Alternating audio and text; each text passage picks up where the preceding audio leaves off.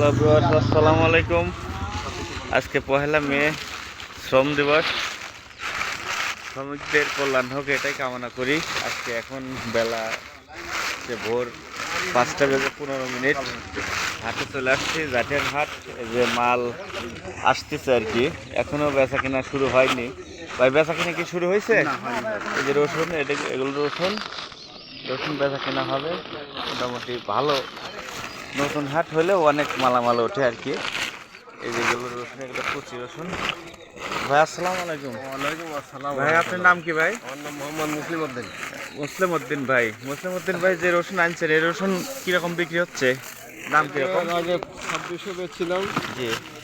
আনাইছি কত যাবে নি? বাজার তো রসুনের ফার্স্টে অনেক দাম বাড়ছিল, মনে করেন যে 25-26 গত মাসের 25-26 তারিখের দিকে মোটামুটি ভালো বাজার ছিল।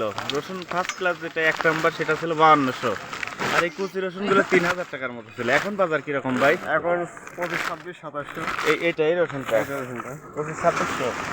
তার মানে বাজার মোটামুটি আগের থেকে একটু ভালো, তাই না?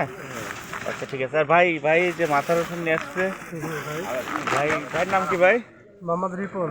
রিপন ভাই, এই রসুন মানে আপনি এর আগে কি বেচছেন? হ্যাঁ, আগে বেচছি। গত হাটে কত টাকা বেচছেন?